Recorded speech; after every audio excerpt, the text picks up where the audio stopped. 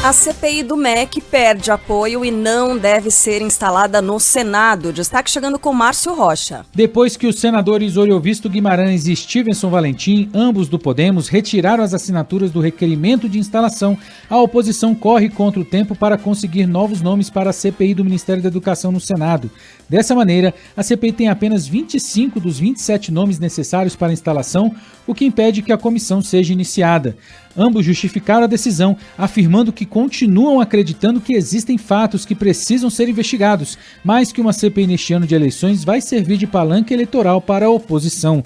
Além disso, apesar de não estar com o nome entre os 27 necessários, a senadora Rose de Freitas afirmou que o nome dela estaria na lista mesmo sem consentimento e pediu para que ele fosse retirado. O objetivo da CPI seria investigar possíveis irregularidades na destinação das verbas públicas do MEC. A pedido do presidente Jair Bolsonaro, 2 pastores evangélicos, Gilmar Santos e Arilton Moura, teriam prioridade e teriam também cobrado propina de prefeitos com pedidos de dinheiro e até em ouro para a construção de escolas e creches. Pois é, não vai ser dessa vez. Além de Oriovisto Guimarães, Stevenson Valentim, o senador Everton, do PDT do Maranhão, também retirou a assinatura. Sem a CPI, senadores estudam transferir as apurações envolvendo o MEC para a Comissão de Educação do Senado, que já ouviu prefeitos e o presidente do FNDE, Marcelo Ponte. No Palácio do Planalto surge mais um desgaste, dessa vez o escândalo das chamadas escolas fake, envolvendo o ministro da Casa Civil, Ciro Nogueira.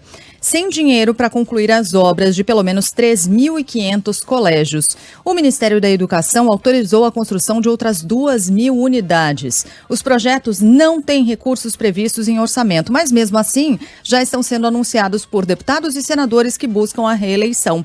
O esquema tem como base o Fundo Nacional de Desenvolvimento da Educação, controlado por Marcelo Ponte, apadrinhado de Ciro Nogueira. Só para tocar as novas escolas anunciadas, o fundo precisaria de quase 6 bilhões de reais, o que levaria 51 anos com o valor destinado atualmente. Olha, é inacreditável. Vou trazer de volta aqui o raciocínio do tio Rei agora há pouco na sua coluna aqui na Band News FM, para quem eventualmente acordou agora.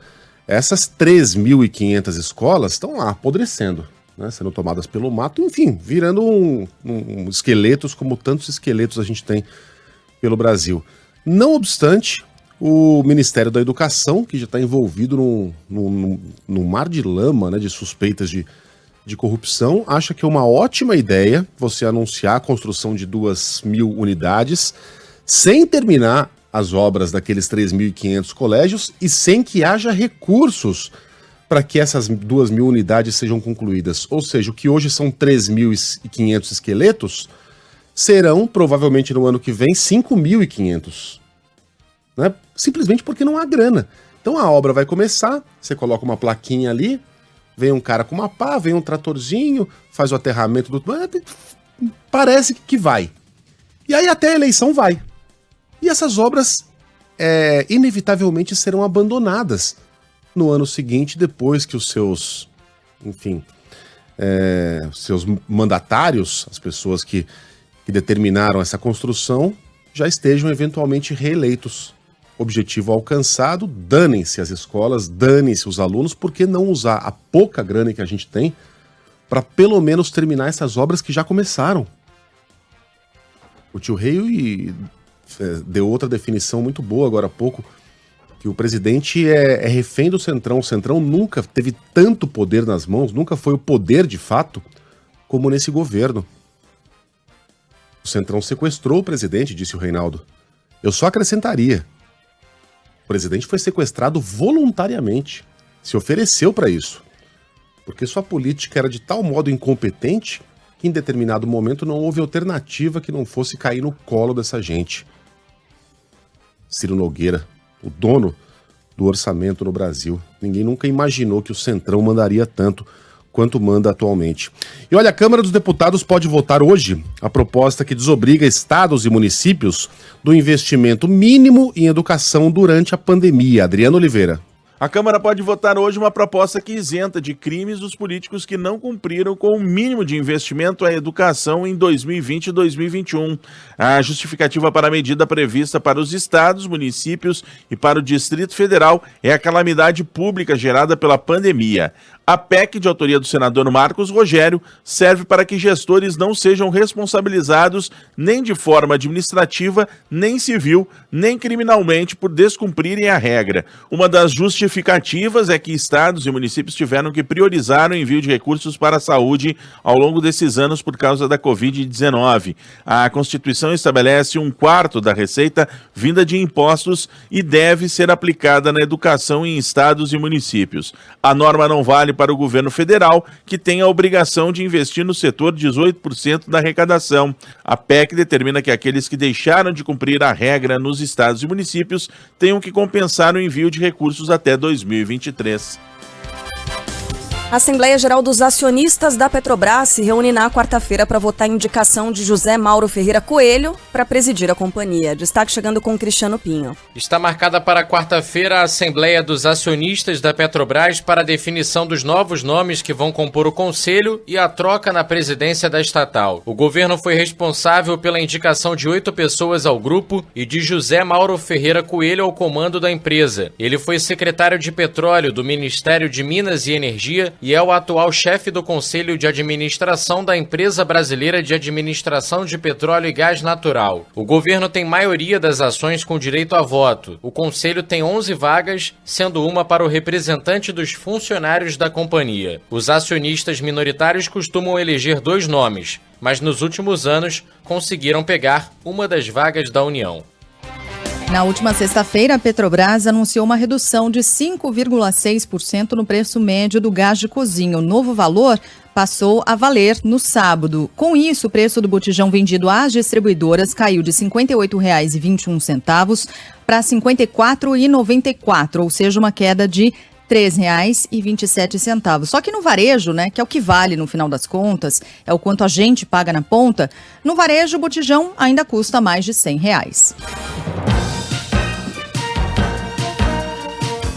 No Paraná, Jair Bolsonaro voltou a culpar o ICMS e os preços internacionais pela alta nos combustíveis.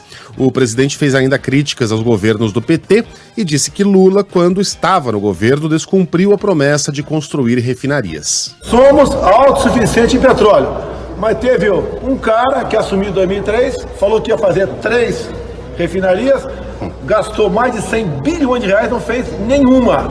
E nós somos dependentes de importação de diesel e gasolina. Assim como outros pré-candidatos, Bolsonaro foi aconselhado por aliados a criticar a chapa formada por Lula e Geraldo Alckmin, resgatando discursos antigos do ex-tucano. Na sexta-feira, em evento que selou a aliança entre PT e PSB, o petista falou em união de forças. Eu vou me dedicar de corpo e alma. Primeiro, para que essa aliança seja diferente. Segundo, vamos percorrer esse país. Vamos de Roraima ao Chuí, conversar com esse povo. Nos Estados Unidos, João Dória indicou que não vai abrir mão da candidatura ao Palácio do Planalto e falou em consenso da chamada terceira via. A ideia é que PSDB, União Brasil, MDB e Cidadania anunciem no dia 18 de maio um nome único na corrida à presidência da República. O PSDB, por ser um partido democrático e um partido que não tem dono, ele tem esse exercício dos que concordam e os que não concordam. Eu até prefiro conviver num partido assim do que num partido que tem dono. E administrar isso, o PSDB foi o único partido que fez prévias no Brasil, 44 mil eleitores votaram nas prévias do PSDB. Bem, Sérgio Moro, por sua vez, deu a entender que não desistiu de disputar o Palácio do Planalto, né? Apesar das resistências que enfrenta dentro do partido do União Brasil. Eu não desisti do Brasil, eu não posso desistir dos sonhos das pessoas de mudar o Brasil para melhor. Bom, mas ele sabe que a situação dele é bem difícil, que a candidatura dele não decolou e já deveria ter decolado a essa altura do campeonato. E sobrou para ele concorrer a algo em São Paulo. E aí, nesse fim de semana, ocorreu um episódio muito engraçado, porque a Rosângela Moro, que é a esposa do Sérgio Moro, ela própria, né, uma possível candidata à Câmara dos Deputados por São Paulo, fez um post, porque é o seguinte: para que os dois possam ser candidatos, eles precisam comprovar que moram em São Paulo. Eles não moram em São Paulo, mas precisam comprovar que sim, que tem residência aqui. E aí, para fingir que que é uma moradora da cidade, Sheila, a Rosângela foi lá e publicou uma foto do famoso sanduíche de mortadela do Mercado Municipal de São Paulo. Que no caso. Que é uma coisa, assim, que quem não é de São Paulo talvez não saiba, mas ninguém vai ao Mercado Municipal comer sanduíche de mortadela, isso é coisa de turista. Todo mundo já foi uma vez. Foi lá, alguns gostaram, outros não gostaram. Eu, por exemplo, não gosto. Eu acho que tem coisa demais ali, mas todo mundo fez uma vez na vida e só. Porque é caríssimo, porque quem é daqui sabe que 5 quadras ali pra cima tem a Casa da Mortadela, que é 10 vezes melhor e 3 vezes mais barato, ou 1/3 do preço. Porque nas padarias perto de casa, né, cada um tem a sua padaria preferida. Porque e as tem padarias em São Paulo servem sanduíches maravilhosos de mortadela sem que você precise ir até o mercado. Então esse é um problema de turista. É um ótimo passeio, mas não é pra quem mora. É mais ou menos como você querer provar que mora em Nova York tirando uma foto da Times Square. Né? Isso. Ou você querer mostrar para as pessoas que moram no Rio de Janeiro tirando uma foto com os braços abertos tendo o Cristo Redentor de fundo. Não cola. Próximo passo é selfie na esquina da São João com Ipiranga, né? Aliás, a Casa da Mortadela fica bem ali. Então, fica a dica pro casal Moro. Sanduíches que são comidos de fato, por quem mora aqui. O hambúrguer do seu Oswaldinho, o bauru do Ponto Frio, o pernil do Ponto Chique. Ponto Frio é pra comprar micro-ondas, né? Do Ponto Chique. O pernil do Bar Estadão. Aí sim, aí cola. Fica a dica, Rosângela, para a próxima. Sanduíche de mortadela não é para quem mora em São Paulo. Bom, também nos Estados Unidos, assim como os demais, Ciro Gomes, do PDT, lamentou a disparada da inflação em março, a pior para o mês desde 94. É cruel o que está se fazendo com o povo brasileiro. Se coloca você, meu irmão, que tem uma condição um pouco melhor, no lugar de um pai de família que tem que optar entre pagar a conta de comida para o seu filho, ou entre uma mãe que precisa pagar um remédio. E não se esqueça, primeiro debate entre os candidatos ao Palácio do Planalto em TV aberta já tem data marcada, vai ser no dia 14 de agosto na tela da Band. Antes disso, no dia 7 de agosto, o debate entre os candidatos aos governos estaduais. São 2 domingos, hein? Novidade nesse ano aqui nos debates da Band. Aos domingos são maratonas eleitorais e um pouquinho mais cedo, a partir das 8 horas da noite, para todo mundo poder acompanhar.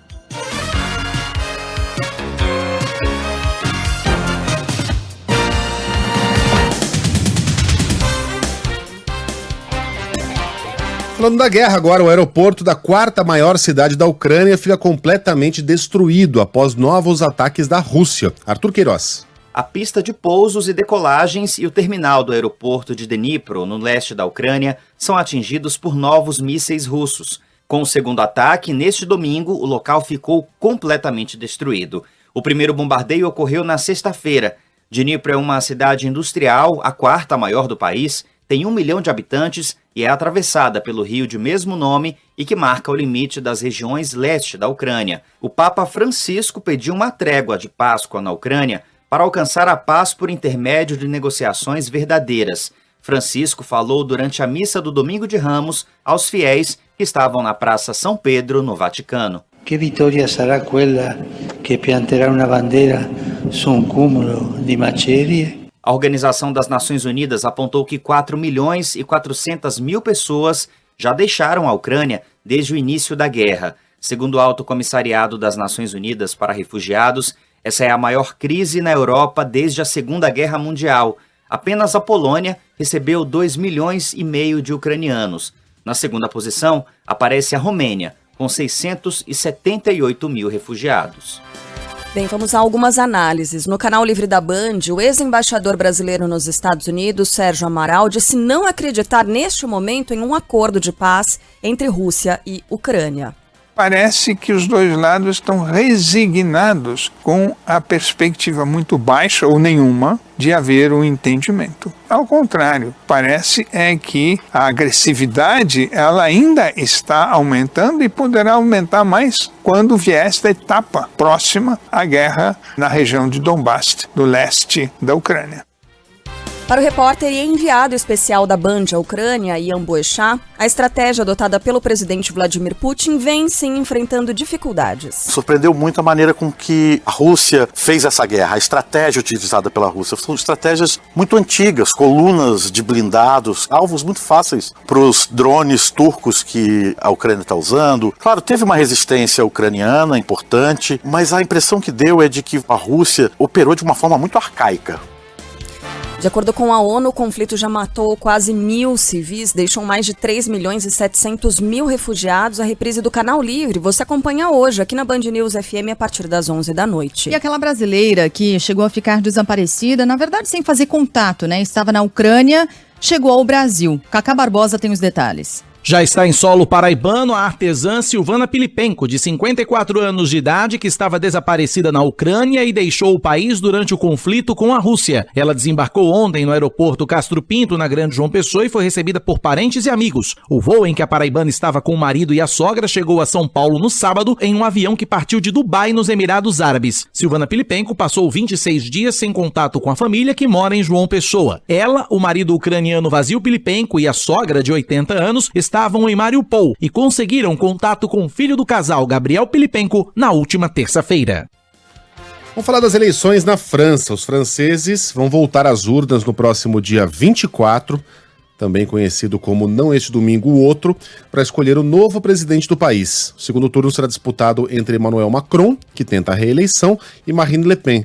Com 97% das urnas apuradas, o presidente obteve 27,6% dos votos contra 23,4% da candidata da extrema-direita. Uma eleição bem apertada mesmo. Logo após o resultado, Macron falou em um futuro completamente novo.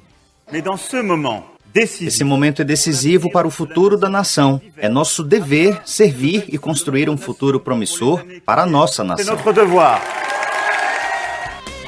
Marine Le Pen abordou a questão da imigração e disse que Macron promoveu a divisão, a injustiça e a desordem.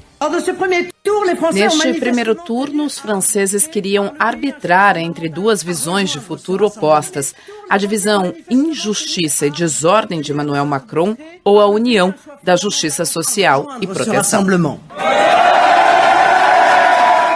Em 2017, quando os dois se enfrentaram no segundo turno, Macron venceu por 66% a 34%, mas não há indicativo de que o atual presidente do país deva ter a mesma facilidade que teve no segundo turno na última eleição. Por quê? Porque Marine Le Pen por pouco não foi derrotada pelo candidato da extrema esquerda, Jean-Luc Mélenchon, que teve 22% dos votos. Este provavelmente será o fiel da balança, né? Os candidatos mais à direita devem... inclusive há uma candidatura mais à direita que a da Marine Le Pen, o candidato da extrema direita, provavelmente dará todos os seus votos a Le Pen, mas o candidato da extrema esquerda, Jean-Luc Mélenchon, com 22% dos votos, será o fiel da balança. A lógica diria que, por estar no extremo oposto da política, o eleitor de Mélenchon optaria pelo candidato que ele consideraria o menos ruim, ou seja, o candidato da centro-direita, Emmanuel Macron. Só que as pesquisas mostram que o eleitor do Mélenchon, Sheila, está completamente dividido, e muitos estão optando por Le Pen, confirmando, portanto, aquela teoria da ferradura, em que os extremos se encontram, né, na pontinha. Portanto, vai ser uma eleição realmente imprevisível, até porque Le Pen tem avançado bastante nas últimas pesquisas e Macron perdeu bastante terreno com a crise financeira, com a crise econômica causada pelas sanções à Rússia. Então vai ser uma eleição bastante interessante daqui a 13 dias. Estava vendo aqui as pesquisas já realizadas de ontem para hoje, de segundo turno, né? A média das pesquisas aponta para a seguinte diferença: 51% a 49%. Olha aí. 51-49, ou seja, acirradíssima e absolutamente imprevisível.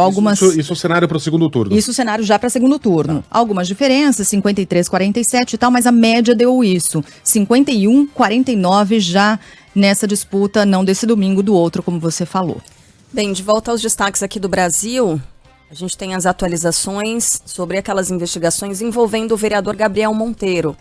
aquele que recebia garotas usando uniforme escolar, provavelmente vinham direto da escola, não sabiam que eram menores de idade, segundo ele, né? Ele não sabia. Essas investigações, quem traz a atualização é o Marco Sadoc. Depois de ser denunciado pelo Ministério Público do Rio por filmar cenas de sexo com uma adolescente, o vereador Gabriel Monteiro afirma que é alvo de uma armação de um ex-assessor. Para a Polícia Civil, não há mais dúvida de que o parlamentar tinha ciência da menoridade da menina da filmagem e, mesmo assim, produziu vídeos de sexo entre eles. Na semana passada, o ex-PM já tinha sido alvo de uma operação da Polícia Civil que investiga o vazamento do vídeo íntimo com a menor de 15 anos, além de denúncias de estupro, assédio moral e sexual. Além dos processos criminais, Gabriel também enfrenta um procedimento na Câmara do Rio. Amanhã será definido o relator de um dos procedimentos contra o parlamentar, que pode terminar em cassação. Dados do Fórum Brasileiro de Segurança Pública apontam que só em 2021 os feminicídios deixaram mais de 2.300 órfãos no país. No ano passado, de acordo com o levantamento, mais de 1.300 mulheres foram assassinadas no Brasil. Uma média de 25 casos por semana, ou 1 a cada 8 horas. Entre as vítimas, 97,8% foram mortas pelo atual ou antigo companheiro ou então outro parente. Quase 67% eram negras e mais de 70% tinham entre 18 e 44 anos. O Ministério Público pede que a mãe do menino Henry volte para a cadeia. Gabriela Morgado. A Justiça do Rio analisa o pedido do Ministério Público para que Monique Medeiros, ré pela morte do filho Henry Borel, volte para a prisão. A professora foi solta por decisão da Justiça após alegar que estava sendo ameaçada por outras detentas. Ela está em casa com tornozeleira eletrônica e não pode sair sem autorização judicial. No entanto, o Ministério Público afirma que Monique descumpriu uma medida cautelar ao posar para uma foto que foi publicada em um perfil de apoio a ela na internet. Além da proibição do uso de redes sociais, ela só pode manter contato com advogados e parentes. Com 38 mortes em 24 horas, o Brasil registra a menor média móvel de óbitos pela Covid-19 desde 15 de janeiro. Chegou a 149 na última semana, uma queda de 37% em relação aos 14 dias anteriores. Até agora, 162 milhões de brasileiros, ou 75,4% da população, já completaram a vacinação. Já tomaram as duas, pelo menos, doses da vacina contra a Covid-19. A dose de reforço foi aplicada em 81 milhões de pessoas. Bora falar do futebol? São Paulo, Coritiba, Corinthians, Atlético Mineiro, Ceará, Avaí e Cuiabá estreiam com vitória no Campeonato Brasileiro. No fim de semana, o tricolor paulista foi bem, hein, Megali? Muito. Atropelou o Atlético Paranaense 4-0. O Galo fez 2-0 no Inter. O Corinthians bateu o Botafogo por 3-1. O Coxa venceu o Goiás por 3-0. O Vozão bateu o Palmeiras. O Fortaleza aí, 3-2. Cuiabá fez 1-0 no Fortaleza. Eu falei no Fortaleza em vez de no Ceará? Foi isso? Foi. Desculpa, gente. Ceará bateu o Palmeiras por 3-2. E o Cuiabá fez 1-0 no Fortaleza. Mesmo placar da vitória do Avaí sobre o América Mineiro. Atlético Goianiense e Flamengo ficaram no 1-1. Que mais? Fluminense e Santos ficaram no 0-0. Hoje, encerramento da rodada, tem Juventude recebendo o Bragantino às 8 horas da noite no Alfredo Jaconi. Pois é, eu tô vendo aqui a classificação do campeonato. O líder é o São Paulo, tá? Se acabasse hoje... Se acabasse hoje, o tricolor seria o campeão brasileiro. E o Caleri seria o artilheiro, é isso? Seria. O Palmeiras, olha que preocupante, tá em 14º. Uou! Tá ali, crise, tá lá namorando com a zona de rebaixamento. Gente, 2 técnicos já desembarcaram, é isso? Já, o do América Mineiro e o Valentim, do Atlético Paranaense, com uma rodada. Uma rodada? Não é recorde, né? Nem sei se já... Tudo bem, os caras já não vinham bem, o Valentim já não fazia um grande trabalho no Atlético Paranaense, mas, pô, então... Troca antes de começar o campeonato, né? Dá pra entender isso, né? Até porque o primeiro jogo era difícil mesmo, São Paulo no Morumbi, não é? Não era uma carne seca que você vai lá e uma carne assada que você vai lá e tem que ganhar. É um jogo que é meio natural perder, mas enfim, já temos 2 técnicos que caíram nessa primeira rodada. Falando agora de Fórmula 1... Vocês não querem falar sobre isso antes, ó? Tem ouvinte de São Paulo comemorando a volta da Lusa pra Série A do Paulista, é isso, né? Legal, né? Do A2 pro A1, Campeonato Paulista. Ontem tava... Parabéns, Lusa. Lotado o Canindé. Isso. Pro jogo que marcou a volta. Mas voltou mesmo? Isso aí eu não tava acompanhando, eu sei que foi 1-0. Voltou, né?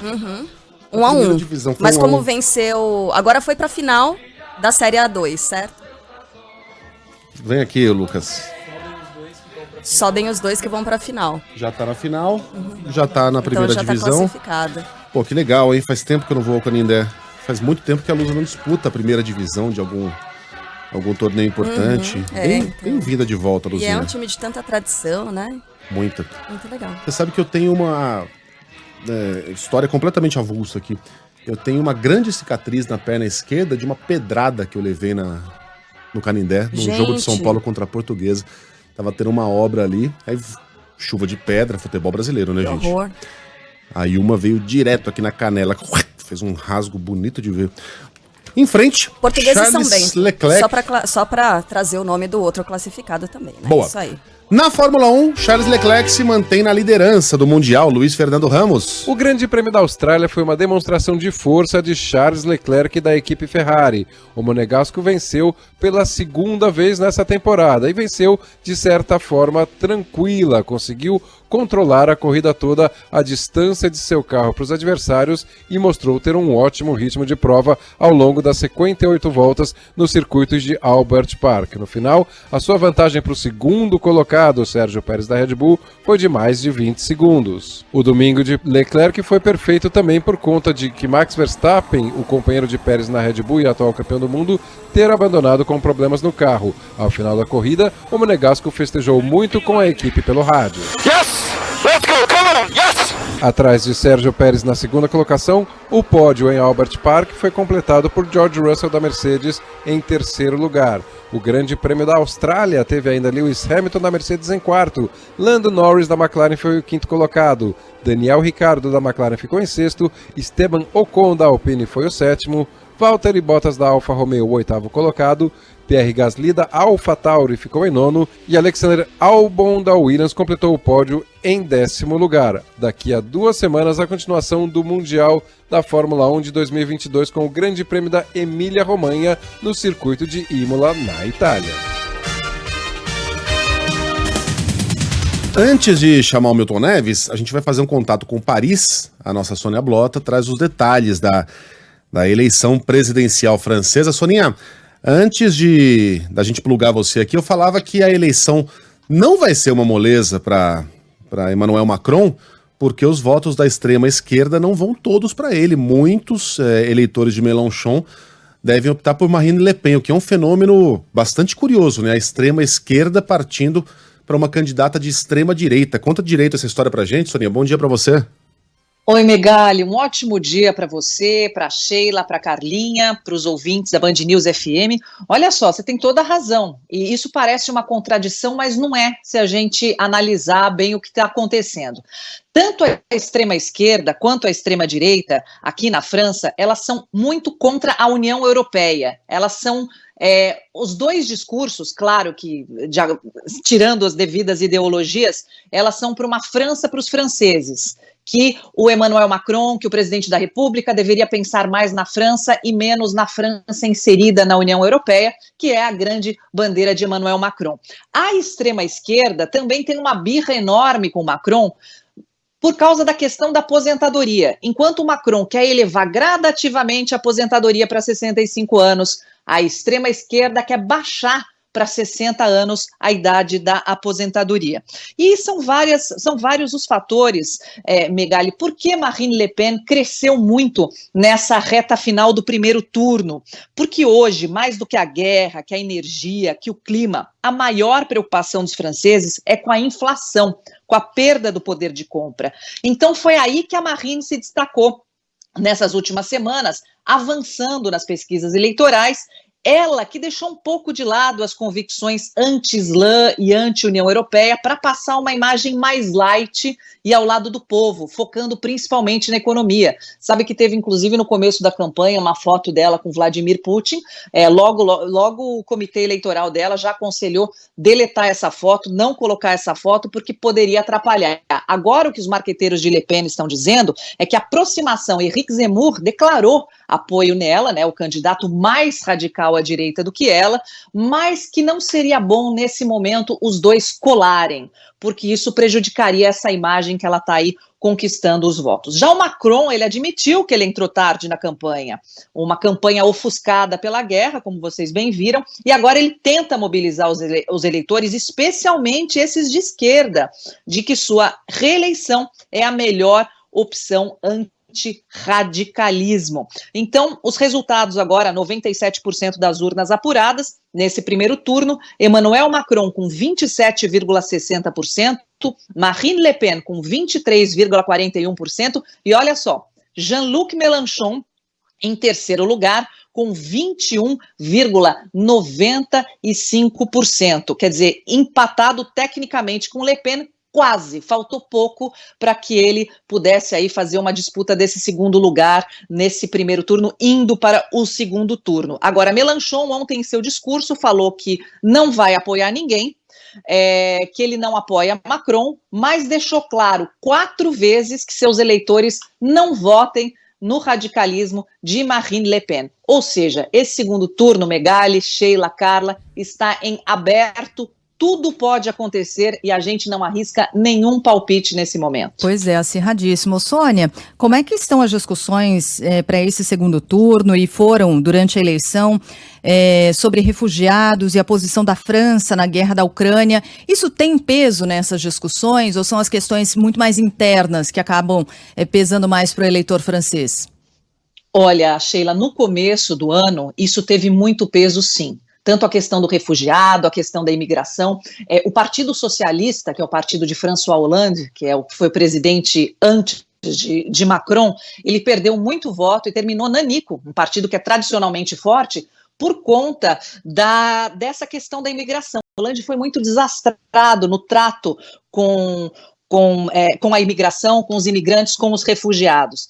Acontece que, com a comoção da guerra, Macron, que tomou o protagonismo aí para abraçar a mensagem de que era preciso paz entre Rússia e Ucrânia, que isso era bom para a Europa, era bom para o mundo, é bom para todo mundo, ele ganhou pontos nesse primeiro momento.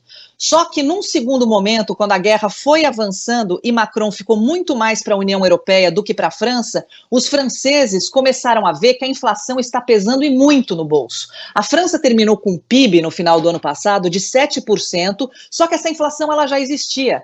E com a guerra, essa inflação acelerou. E por isso que o discurso da perda do poder de compra foi uma coisa que lacrou aí com Le Pen, porque ela começou a falar só disso, e principalmente, olha que curioso, os mais jovens votaram em Marine Le Pen. Isso é um fenômeno que não acontecia. Marine Le Pen, além da convicção dos eleitores de extrema-direita, do seu eleitorado, aqueles indecisos e aqueles que não gostam muito de política, ela é mestra em conquistar esses votos, ela conquistou os mais jovens dessa vez.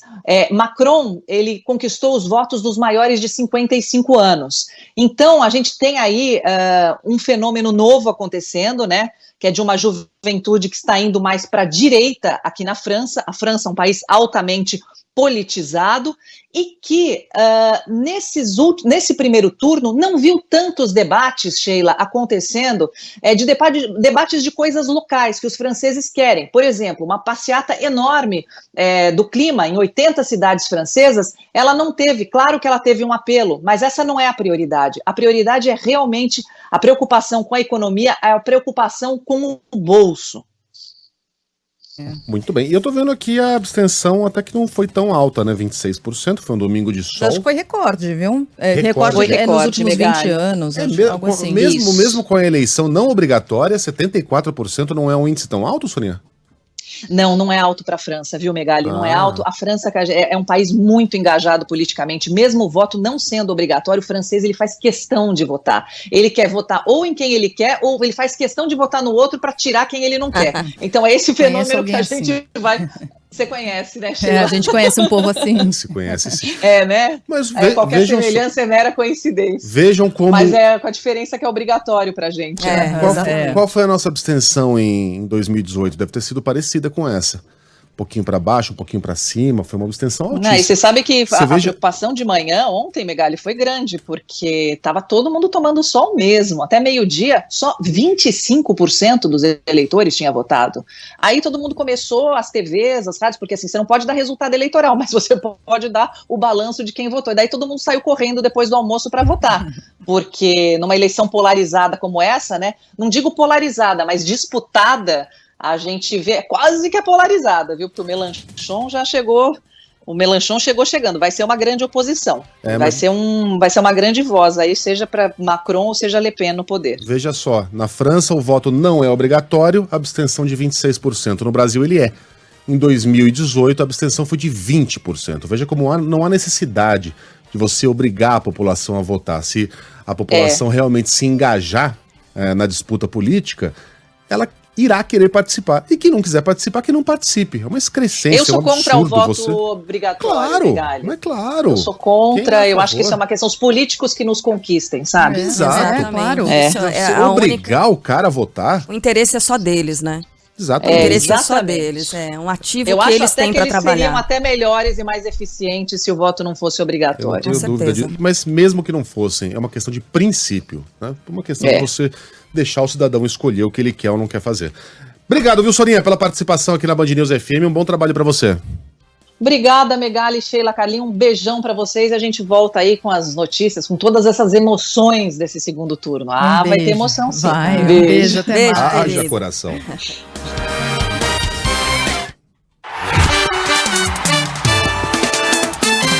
Futebol, com Milton Neves. Oferecimento Sicredi. Conheça a primeira instituição financeira cooperativa do Brasil. Sicredi. Gente que coopera, cresce. Casa do Construtor. Aluguel de equipamentos. Ligue 0800 200 0217. E Safra. Empréstimo com garantia do Saque Aniversário FGTS é na Safra Financeira.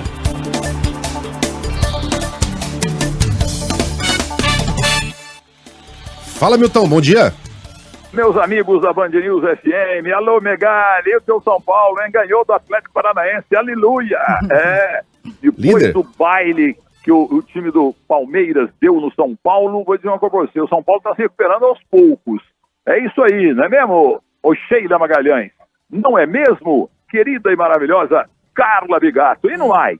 Bem, começou o Campeonato Brasileiro e começou muito bem. O Ceará meteu 3-2 no Palmeiras dentro de casa, da casa do Palmeiras. E tivemos também o Curitiba, rapaz. O Coxa volta para a primeira divisão e ganhou do Goiás, que tem um goleiro Tadeu que é muito bom, 3-0. E o Atlético Mineiro, esse aí não dá zebra nunca. 2-0 contra o Internacional, que tá mal e tal. Mas o Atlético Mineiro fez 2 gols de vinha de quem? Hulk. E o Fortaleza? Fortaleza teve um fim de semana triste, né? Porque perdeu em casa pro Cuiabá, enquanto que o Ceará travou o Palmeiras, calou o Abel Ferreira, perdeu até o rumo de casa. E o São Paulo ontem à noite goleou o Atlético Paranaense por 4-0 e o Avaí, jogando em casa na linda Florianópolis, ganhou do América Mineiro, está traumatizado, né? Mas um grande abraço para vocês e grande terça-feira. Primeiro segunda-feira e na terça-feira eu volto. Tchau!